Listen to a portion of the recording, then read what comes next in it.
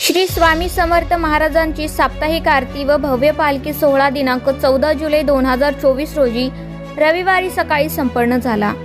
सर्व भाविक भक्तांनी या आध्यात्मिक पालखी सोहळ्यामध्ये सहभागी मोठ्या संख्येने झाले होते। पालखी मार्ग विठ्ठल रुक्मिणी मंदिर, बालाजी मंदिर, हनुमान मंदिर पासून सरपंच नगर मार्गे भावसार चौक मुख्य रस्त्यावरून अष्टविनायक गणपती मंदिर परत मूळ ठिकाणी विठ्ठल रुक्मिणी मंदिर। MK news Nanded. श्री स्वामी समर्थ परब्रह्म भगवान श्री स्वामी समर्थ महाराजांना तिरुवार वंदन, परमपूज्य गुरुमाऊली यांना तिरुवार वंदन। येणारे 21 तारखेला श्री गुरुपौर्णिमा या निमित्त या ठिकाणी जो काय आजचा पालखी सोहळा संपन्न झाला, यामध्ये हजारो भाविक सेवेकऱ्यांनी या ठिकाणी या पालखीच्या सोहळ्यामध्ये आपलं उपस्थिती लावली। आपण पाहिलं असेल की आजपर्यंत बऱ्याच काही मिरवणुका निघतात, पालखी सोहळा निघतो, परंतु श्री स्वामी समर्थ महाराजांचे काही पालखी सोहळा हा आगळा वेगळा असतो।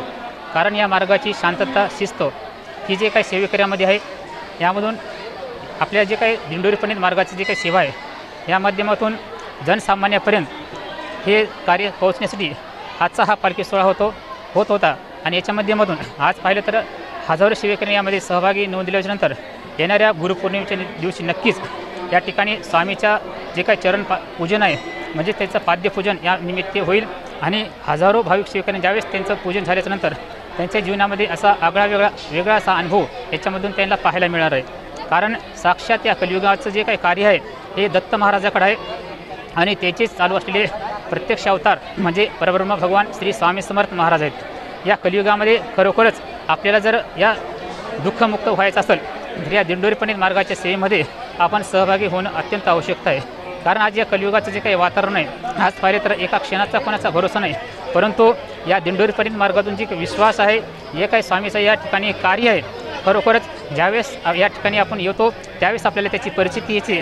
म्हणून आपल्याला सर्वाला जास्तीत जास्त भाविकांना आव्हान आहे, या गुरुपौर्णिमेचे निमित्त आपण या ठिकाणी नांदेडमध्ये जे काही प्रमुख केंद्र म्हणजे मगनपुरा या ठिकाणी आहे, या ठिकाणी पाहिलं तर दर गुरुवारी जवळपास 15 ते 20 हजार या ठिकाणी सेवेकरी आरतीच्यासाठी उपस्थित असतात। त्यासोबत या माध्यमातून जे काही कार्य होत आहे ह्याच्यातून पाहिलं तर प्रत्येकाला असं एकही या ठिकाणी रिकाम्या हातानं जात नाही।